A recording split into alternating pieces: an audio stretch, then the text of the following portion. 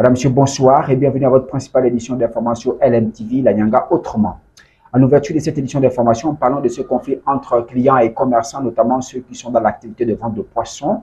Selon les clients, le kilo de poisson coûterait très cher, mais les commerçants jettent l'anathème sur les revendeurs. Reportage. Ce père de famille vient de s'acheter quelques kilos de poisson qui auraient coûté très cher selon lui. Et pourtant, c'est du produit local. Tout ça, c'est 10 000 francs. J'ai payé le tarot à 2 500. J'ai payé le poisson à 2 000, 4 000 pour 1 kilo. C'est cher ici à Tchibanga. Ça, c'est 2 000 kilos. Oui. À 3 000. 1 kilo toujours. Le même prix. Ce qui vient de Ngamba. Bon. Maintenant, le tarot, c'est 2000. Un peu plus loin, c'est un jeune commerçant qui vend d'ailleurs du poisson, notamment la carpe qui vient d'ailleurs. Le kilo de poisson coûterait 2000 francs. On achète à 1500 pour le vendre à 2000. Depuis l'achat. Donc, ce qui voulait dire que quand on revend pour ça à 2000, on a parfois des bénéfices de 40 000, ça dépend, ou 30 000. Donc, c'est ça. Après, on paye cash. On paye cash pour qu'on renvoie le produit depuis d'en bas. Donc, c'est là-bas on achète. Puisque dans les autres plaques, pour l'instant, il n'y a pas. À Mayumba, il n'y a pas. D'en bas, il n'y a pas. Un conflit qui dure depuis des années entre commerçants et clients. Mais la faute, dit-on, serait aux revendeurs qui liquident leurs marchandises à des prix élevés. Et pourtant, la pêche se fait à Mayumba. Et puis, le gouverneur de la province de Nyanga a reçu à son cabinet de travail une délégation du ministère du Pétrole conduite par son directeur général adjoint. L'objectif étant de vérifier la qualité des produits pétroliers vendus aux clients. Reportage. À son cabinet de travail, le gouverneur de la province de la Nyanga, Jean-Robert Mabobé, reçoit une délégation du ministère du Pétrole, conduite par son directeur général adjoint à la Direction générale des études et laboratoires. Les échanges portaient sur les missions de contrôle de la qualité des produits pétroliers. Ils ont été reçus par le gouverneur de la province de la Nyanga dans le cadre de nos missions statutaires, les missions statutaires de la Direction générale des études et laboratoires du ministère du Pétrole. Ces missions nous confèrent l'obligation de procéder au contrôle de la qualité et de la conformité des produits pétroliers. Et l'année dernière, nous avons entrepris une campagne de prélèvement d'un certain nombre d'échantillons sur des points localisés au niveau de la province. Et l'objectif de la rencontre d'aujourd'hui était de faire un rendu de cette campagne d'analyse et puis de prendre le blanc-seing de monsieur le gouverneur pour déployer de nouveau sur le terrain afin d'établir un comparatif entre les données reportées l'année dernière et puis les données que nous allons recueillir cette année.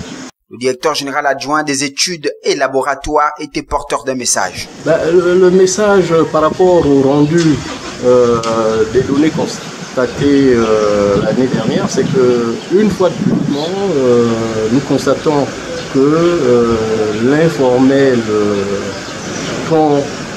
Les échanges ont pris fin par cette photo de famille. Allons à Moabi, où le délégué spécial de la ville a procédé à la remise officielle des congélateurs et réfrigérateurs, un don du président de la République qui vise à redonner une bonne image aux chefs des quartiers, suivant ce reportage. Tout comme dans les autres localités, les chefs des quartiers de la commune de Moabi ont reçu du président de la République des congélateurs et réfrigérateurs. Mesdames et messieurs les chefs, je vous remets symboliquement, je vous remets officiellement ces congélateurs et ces frigidaires. C'est l'œuvre du chef de l'État, son Excellence Brice Clotaire Oligui Nguema, parce que vous incarnez l'autorité dans vos quartiers respectifs. Donc je vous remets ces frigos et ces congélateurs. Vraiment, c'est être ingrat devant un tel geste magnanime de garder le silence. Père Oligui, que ce geste ne soit pas vraiment la fin, qu'il puisse continuer. Voici donc un geste du chef de l'État qui vient redonner de l'espoir à ces chefs des quartiers, longtemps oubliés. Et puis, que dire des mineurs qui traînent à des heures tardives dans les boîtes de nuit et bars? Une opération sera dite par le parquet de la République. Mais en attendant, allons faire une enquête et regardons que pense justement la justice face à cette situation. La journée, les bars ou boîtes de nuit sont quasiment fermés. On aurait dit qu'ils ont fait faillite. La nuit tombée, on est surpris de voir ces boîtes de nuit ouvertes avec à l'intérieur des mineurs. À l'exemple de ces 3 jeunes filles interpellées par les forces de sécurité lors d'une opération sécuritaire. Conduites au parquet de la République, les jeunes filles pensent avoir tout compris. Même si on m'invite quelque part, je vais dire à la personne de me trouver à la maison. Comment peut-on comprendre que de jeunes filles âgées de 11 à 13 ans se retrouvent dans des bars, boîtes de nuit, parfois accompagnées des adultes qui manifestement finissent par avoir des rapports sexuels avec ces dernières? Une situation qui dépasse les parents.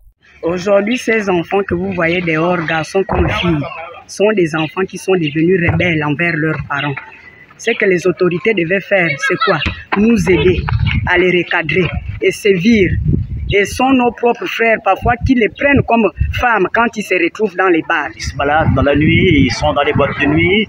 Et pour les jeunes filles, elles sont attirées par les petits garçons ou parfois même les adultes qui, n'est-ce pas, entraînent les enfants, les mineurs à la dérive. J'interpelle nos frères aînés qui vont vers ces jeunes filles aujourd'hui qu'on est en train de prendre par-ci par-là dans les bars. Moi, je pense que c'est nous, c'est vous les frères qui les encouragez. Parce que si vous mettiez une limite entre elles et vous, elles ne vont plus continuer à faire ce qu'elles font là. Étant l'avenir de demain et soucieux du bien-être de ces enfants, le parquet de la République est désormais derrière ces adultes qui parfois entraînent ces jeunes filles dans la dérive. En sport, on parle de football avec le championnat de 3e division de football de la Nyanga. Ce week-end, 2 matchs étaient au programme, notamment Nyanga FC face à CCM, score final 4-0. Et l'Aspro face à Colombe, score final 3-1. Place à la page africaine.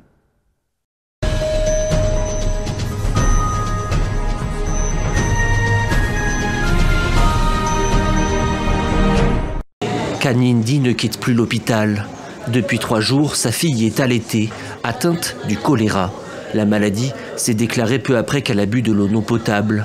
Fièvre, diarrhée aiguë, très vite les symptômes sont apparus. Elle n'a eu d'autre choix que de l'emmener à l'hôpital.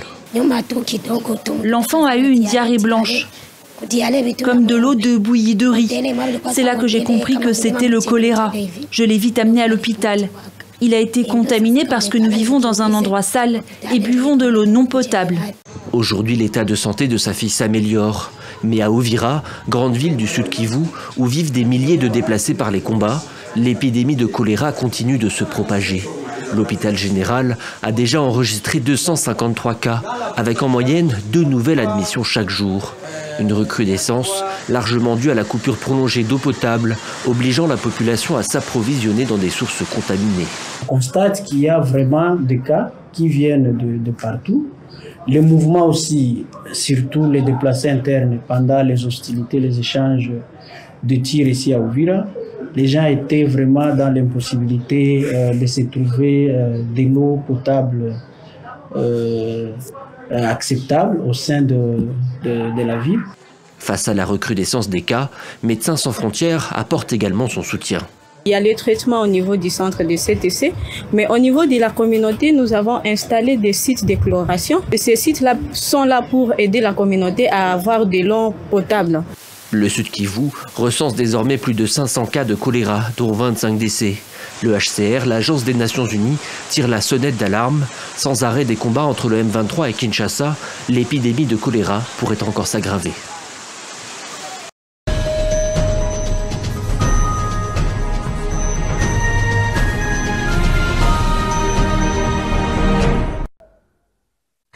Point final à cette édition d'information. Merci de nous avoir suivis. L'actualité continue sur LMTV, la Nyanga autrement. Je vous retrouve demain à la même heure. Au revoir.